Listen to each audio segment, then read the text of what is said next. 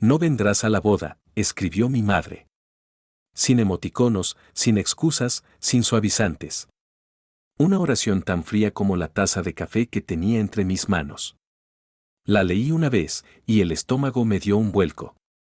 La volví a leer, como si al hacerlo encontrara una palabra escondida, una pista de cariño, una grieta por donde se colara la compasión.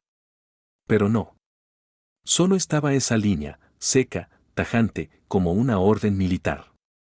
Me quedé mirando la pantalla como si pudiera cambiar el contenido con solo desearlo lo suficiente. Pero las palabras seguían allí, inmóviles, pesadas.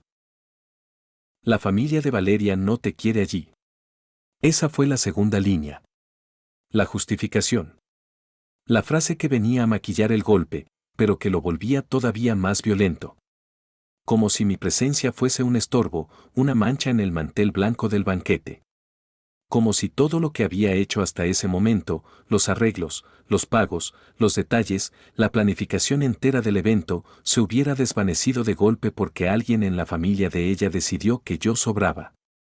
No importaban los meses de trabajo, las noches sin dormir, las veces que mi madre me llamó para pedirme un favorcito más. Ahora todo eso era irrelevante. Bastaba con que alguien dijera no lo queremos, para que mi lugar fuera borrado del mapa. Antes de continuar, asegúrate de suscribirte y dar me gusta. Leo, sí, ahora se llama Leo, se quedó inmóvil. El celular aún en su mano, el café olvidado, la respiración contenida. Sabía que esas palabras no venían solo de Valeria, ni de su familia. Venían de su madre también. Ella había elegido obedecer. Ella había preferido la comodidad de encajar antes que la incomodidad de defenderlo. Y eso dolía más que la exclusión. Porque no era la primera vez que ocurría. No era la primera vez que lo hacían sentir como un error, como una pieza mal puesta. Había aprendido a sonreír para evitar conflictos, a callar para no incomodar, a dar sin esperar nada. Pero esto ya era demasiado. No lloró. Aún no. Primero vino el silencio, ese que suena como un zumbido en el pecho. Luego, una sensación de vacío, de no saber a dónde ir con tanto amor acumulado, con tanta entrega descartada. Se levantó, fue hasta la ventana, miró la ciudad con sus luces encendidas como si no pasara nada. Pero por dentro, todo se estaba cayendo a pedazos. No era solo una boda. Era el símbolo de algo que se rompía desde hacía tiempo. El mensaje era claro: tú no perteneces. Ni aquí. Ni allá. Ni con ellos.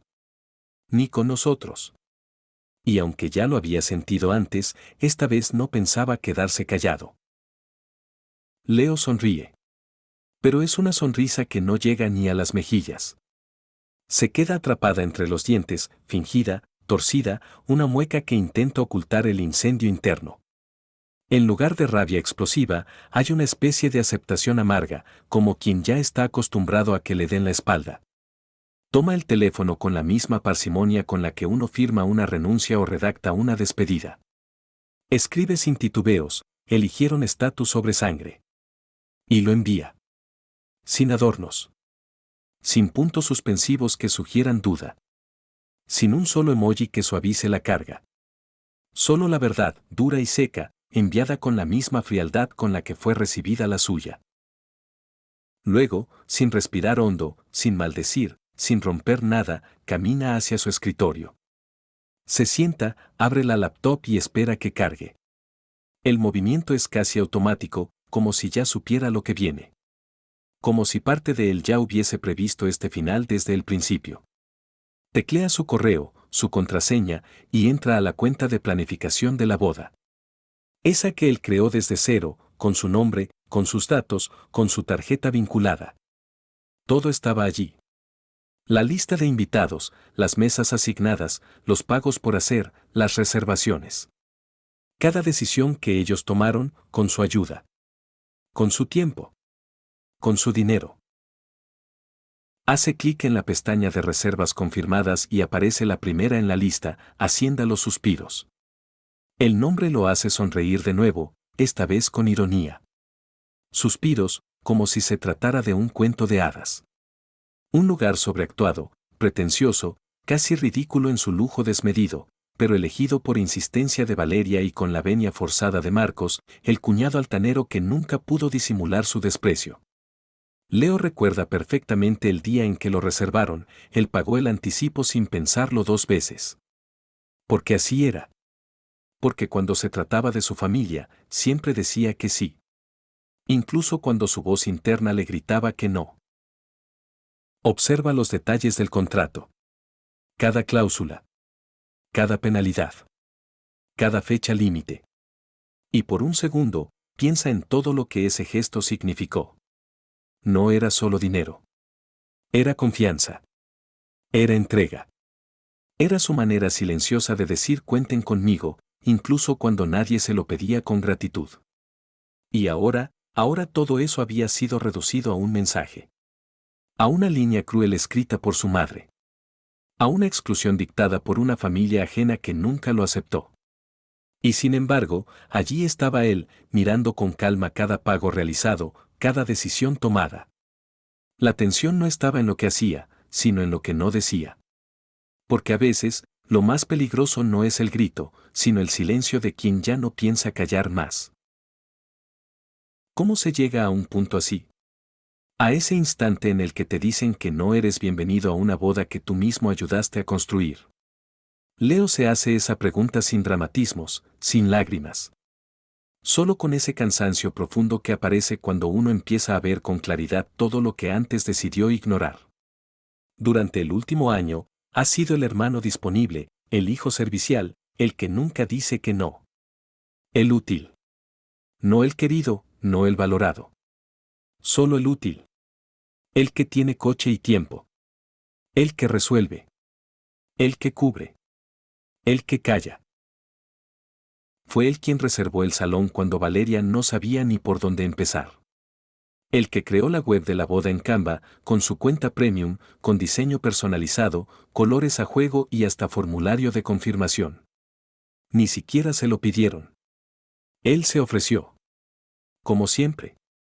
Como todos esos favores que dan por hecho. También fue quien pagó la impresión de las invitaciones, quien buscó los alojamientos más baratos para los familiares que venían de fuera, quien acompañó a su madre a elegir el vestido que ella se probaría solo para opinar del de Valeria. Y todo con una sonrisa. Todo sin rencor. En ese momento, Leo no se daba cuenta de que cada gesto suyo era una inversión emocional que nadie tenía pensado devolver. Pero los favores no fueron solo tiempo o detalles técnicos. Leo puso dinero. Dinero real. De sus ahorros. 3 veces. Y ninguna fue por algo suyo. La primera, para evitar que Valeria y Marcos fueran desalojados de su piso en marzo. 3.800 euros. Ni un recibo. Ni un gracias. La segunda, para rescatar a tío Ernesto después de un desastre con su fondo de jubilación. Su madre lo llamó llorando. Por favor, Leo, solo tú puedes ayudarnos rápido. Y lo hizo. Vendió su vieja cámara, aplazó una reparación en casa. La tercera, apenas 2 semanas atrás, cuando los destrozos de la despedida de soltera, una noche desenfrenada que él ni siquiera presenció, aparecieron como cargos en su tarjeta de crédito porque Valeria había usado su cuenta de Uber y su perfil de Booking. Leo nunca reclamó nada. Porque si lo hacía, lo hacían sentir culpable. No seas dramático, la familia está para apoyarse, ella haría lo mismo por ti, aunque él supiera que no era cierto. A lo largo del año, aprendió a tragar su incomodidad, a justificar los abusos como gestos de amor. Y lo más cruel de todo es que nadie lo obligó directamente. No lo chantajearon, no lo gritaron. Solo lo miraban con esa mezcla de expectativa y cariño condicionado que le enseñaron desde pequeño, vales por lo que haces, no por lo que eres. Y Leo hizo mucho. Demasiado. Sin recibir más que silencios, olvidos y una última frase lapidaria en el móvil. Ahora, mirando hacia atrás, todo encaja. No hubo un gran conflicto, ni una pelea desgarradora. Solo un patrón silencioso de abuso emocional. Invisible para los demás, pero evidente para él ahora que todo está dicho. Cada favor fue una piedra más en su propio muro de exclusión. Y en ese año de sacrificios disfrazados de ayuda, de disponibilidad disfrazada de amor, Leo se fue borrando. Poco a poco.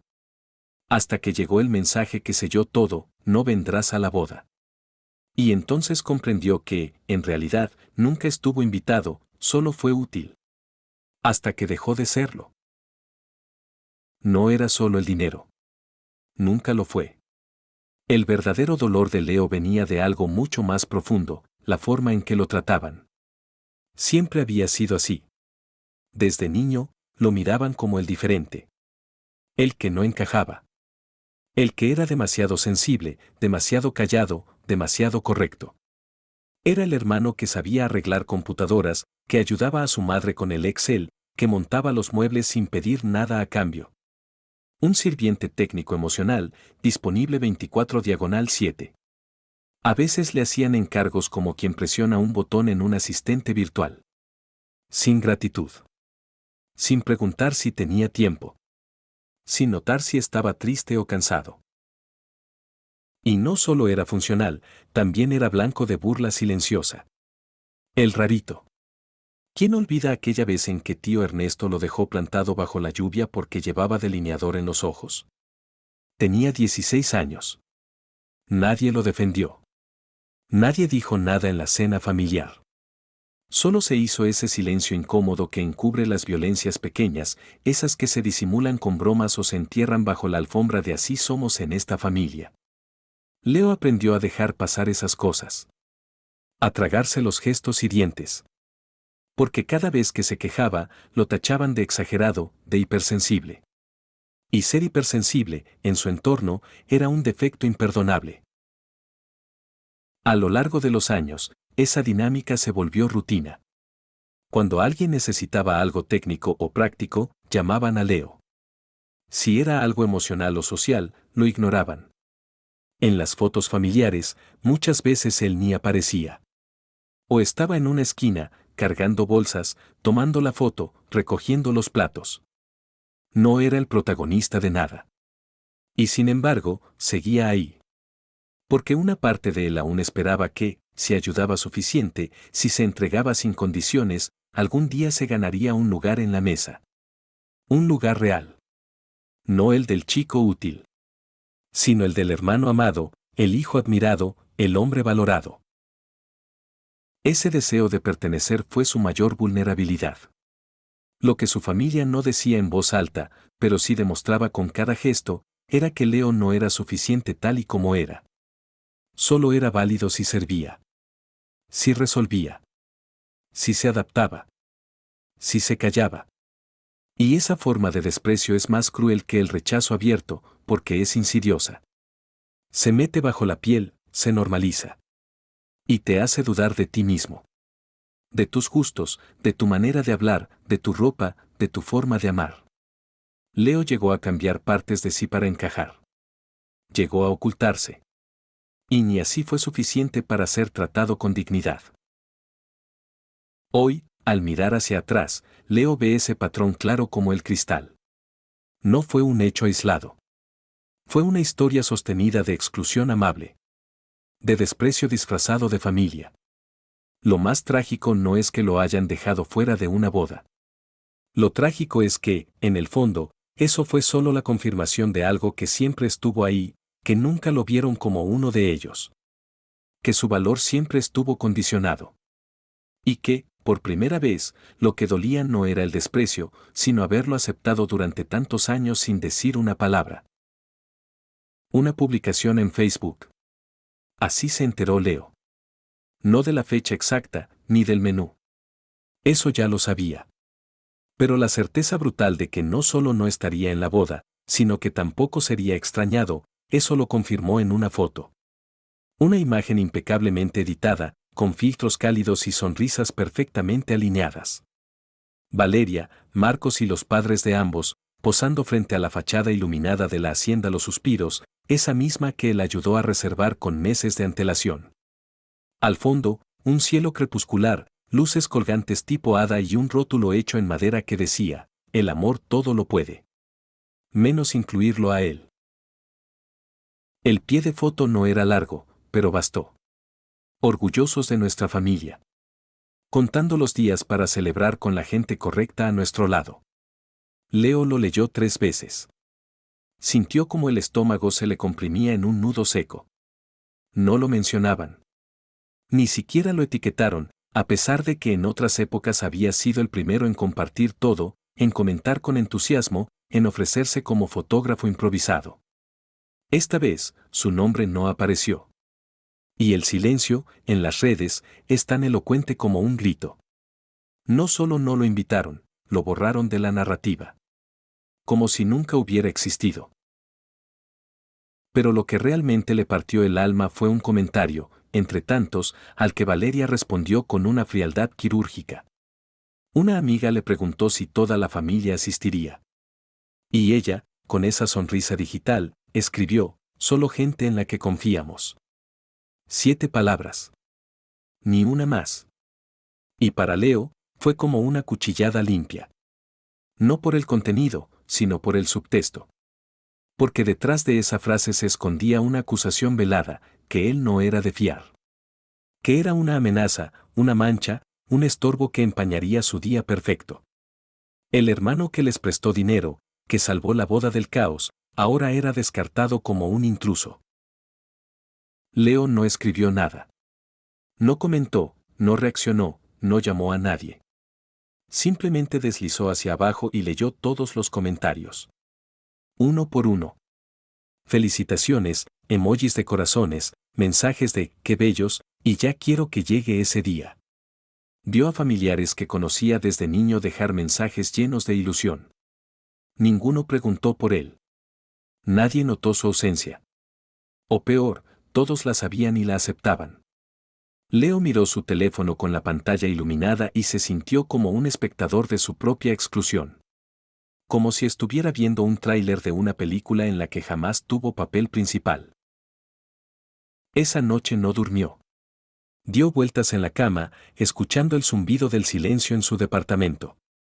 El mismo silencio que tantas veces había usado para protegerse, para pensar, para crear. Esta vez, ese silencio era hueco. Era ausencia. Se sentó en la orilla de la cama a las 3 de la madrugada, con la cara entre las manos. ¿Cómo se llegó hasta aquí? ¿Cuántas señales ignoró? ¿Cuántas veces se convenció de que exageraba, de que aún había esperanza, de que solo era una racha difícil? Pero ahora lo entendía, no lo habían excluido solo de un evento. Lo habían excluido de una idea de familia que él nunca compartió, pero en la que creyó demasiado tiempo. No lloró. Al menos no con lágrimas visibles. Pero algo en él se quebró en un lugar tan profundo, que supo que ya nada volvería a ser igual. No solo con Valeria. Con todos. Porque esa foto, ese pie de imagen, ese comentario, eran la prueba final de algo que se venía gestando desde hace años. La diferencia era que ahora, por fin, era imposible negarlo. Ahora lo veía con toda su crudeza, no lo querían ahí. No lo necesitaban. Y no pensaban disculparse por ello. Una semana después del golpe más doloroso, cuando Leo todavía no lograba juntar sus piezas ni dormir más de 3 horas seguidas, le llegó otro mensaje. Esta vez, era Valeria. Sin preámbulos, sin una disculpa, sin un ¿cómo estás? Solo una pregunta directa, como si su vínculo nunca se hubiera quebrado. ¿Podés hacer la página para las confirmaciones de la despedida de soltera? Así, sin ironías. Como si fuera un empleado freelance. Como si no lo hubieran borrado de la foto familiar. Como si no lo hubieran señalado públicamente como no confiable. A Leo se le heló la sangre al leerlo. No por la petición en sí, sino por el descaro de fingir que todo seguía igual. Que él seguía disponible. Releyó el mensaje como quien examina una herida abierta con curiosidad clínica. Su primer impulso fue pensar que había entendido mal. Que quizá era otra Valeria, otra despedida. Pero no. Era su hermana. La misma que no lo incluyó en la boda. La misma que respondió con frialdad frente a cientos de personas que solo estaría la gente en la que confían. La misma que había aceptado su dinero, su tiempo, su esfuerzo, Y luego lo barrió del mapa. Ahora le pedía que hiciera una página web. Una web. Como si su talento solo sirviera para eso. Como si su humanidad no contara. Como si el daño no hubiera ocurrido nunca. Pero lo peor no fue la petición. Fue el comentario que venía al final. Como una postdata venenosa. Y porfa, sin indirectas raras esta vez. Queremos que sea todo light y sin drama, cara dada vuelta punto. Ese emoji. Ese tono forzado de buen rollo. Esa sonrisa pasivo-agresiva que insultaba no solo su inteligencia, sino también su dignidad. Leo sintió que algo dentro de él se encendía. No era rabia inmediata. Era una llama lenta, densa. Una conciencia que empezaba a brotar desde lo más profundo, la de saberse manipulado por personas que jamás lo valoraron, pero sí supieron exprimirlo hasta dejarlo seco. Se quedó quieto, el celular en la mano, el pulgar sobre la pantalla, sin saber si reír o gritar. Le pedían ayuda. Después de todo. Después de todo. Ni siquiera un gracias por lo anterior. Ni un perdón por el mensaje de mamá. Nada. Solo la expectativa de que él cumpliera. Que actuara con madurez. Que tragara veneno y sonriera. Que hiciera la página, imprimiera las tarjetas, diseñara los nombres de las mesas y además tuviera la decencia de no incomodar. Como si su único rol en esa familia fuera el de no molestar. El de estar disponible. El de no romper la estética. Y en ese instante, Leo se vio a sí mismo en tercera persona. Como si se observara desde afuera. Un hombre sentado en pijama, con ojeras, rodeado de recibos, papeles y recuerdos pixelados de una infancia que ahora dudaba si fue real. Se preguntó, ¿cuántas veces me tragué este tipo de veneno? ¿Cuántas veces dejé que me usaran solo para evitar el conflicto? Y lo más inquietante, ¿cuántas veces confundí ser útil con ser querido? Las respuestas llegaron como un eco incómodo. Muchas. Demasiadas. Y eso, más que doler, daba vergüenza. Una vergüenza silenciosa, íntima, que arde en el pecho cuando uno se da cuenta de que se dejó humillar durante años. No respondió ese día. Ni el siguiente. Por primera vez, dejó un mensaje en visto sin culpa. Sin justificaciones. Sin ansiedad. Y aunque nadie lo sepa aún, ese silencio fue su primera frontera. Un no sin necesidad de escribirlo. Un límite invisible que solo los verdaderamente agotados entienden. Leo no sabía qué vendría después. Si habría un mensaje de disculpa. Si cortarían contacto para siempre. Pero en ese momento no le importaba. Porque entendió que el respeto no se exige con gritos, ni con súplicas. Se construye con ausencias.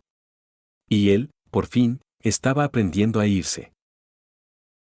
Fue un domingo en la tarde. De esos que huelen a comida recalentada y decepción acumulada. Leo abrió su laptop como lo había hecho decenas de veces antes.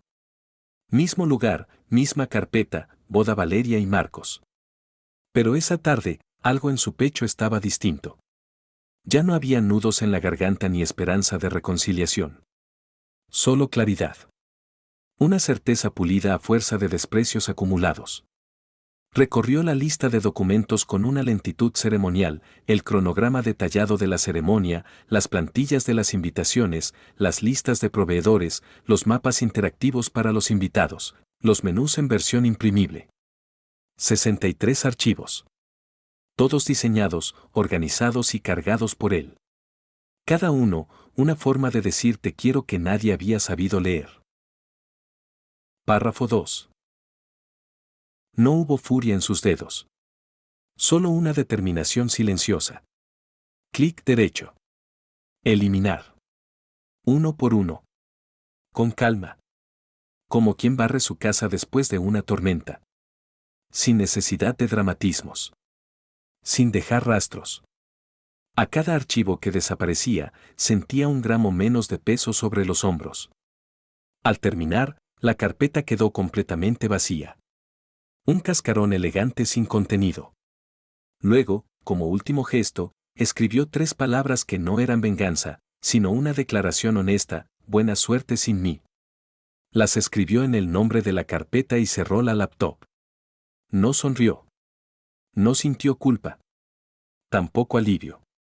Solo una extraña paz. Durante días, nadie notó nada. Nadie lo mencionó. Nadie preguntó si estaba bien. Todo seguía igual en el grupo familiar. Memes, cadenas tontas, mensajes de organización sin mencionar su nombre. Y eso era lo más revelador, ni siquiera lo extrañaban. No se daban cuenta de que el engranaje principal ya no estaba en su sitio. Él era el sistema operativo invisible. El que hacía que todo funcionara. Y como todo sistema invisible, solo se nota cuando se cae. Cuando deja de responder. Cuando no se puede acceder a nada. Cuando de repente, el orden se convierte en caos. El primer aviso llegó el jueves, con un mensaje frenético de Marcos: ¿dónde están los datos del florista? Teníamos la confirmación hoy. Luego vino uno de mamá: no encuentro la lista de invitados, Leo, la borraste sin querer. Y después, un audio largo de Valeria, entre molesta y confundida, preguntando si había algún error con la nube. Leo escuchó ese audio mientras lavaba los platos. No respondió. Ni una palabra. Porque entendió algo fundamental: el silencio puede ser un idioma muy elocuente cuando las palabras ya no sirven. Y él estaba empezando a hablarlo con fluidez. Ese fin de semana, empezaron las llamadas. Al principio, de números conocidos. Luego, de números que nunca había visto. Proveedores. Organizadores. Un fotógrafo. Incluso una prima que solo lo buscaba para que le diseñara los menús. Todos preguntando lo mismo: ¿qué pasó con los archivos? ¿Por qué no se puede acceder a nada? Nadie preguntó por él. Nadie se disculpó. Solo querían las cosas. Lo útil. El resultado. Y con cada llamada ignorada, Leo confirmaba su nueva postura: no iba a ser más el solucionador de todo. No por orgullo. No por venganza. Sino por dignidad. La boda siguió en pie. Pero tambaleante. Con prisas, con errores, con gastos duplicados y proveedores que nunca recibieron confirmación. Leo lo supo por terceros, por comentarios sueltos que escuchaba en voz baja, como rumores. Pero ya no era su asunto. Lo habían excluido, y por primera vez, él también se había excluido a sí mismo. No con gritos, ni escenas, ni confrontaciones. Solo con un clic. Con un acto simple que decía mucho más que cualquier discurso: hasta aquí llegué. Porque a veces, el contragolpe más potente no es el que destruye. Es el que se retira. El que suelta la cuerda. Y deja que el otro se ahogue solo en su propio desprecio. Leo se sentó en su escritorio aquella noche. La casa estaba en silencio, salvo por el suave zumbido de la nevera. No había ruido, no había distracción. Solo él y el peso de lo que había hecho. Al principio, el vacío lo incomodó. El saber que ya no sería el héroe silencioso al que llamaban en medio de la tormenta.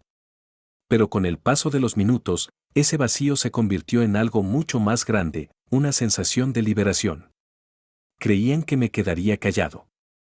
Que sonreiría y tragaría como siempre. Pero esta vez, decidí soltar el hilo. Esas palabras retumbaban en su cabeza. No lo hizo por venganza.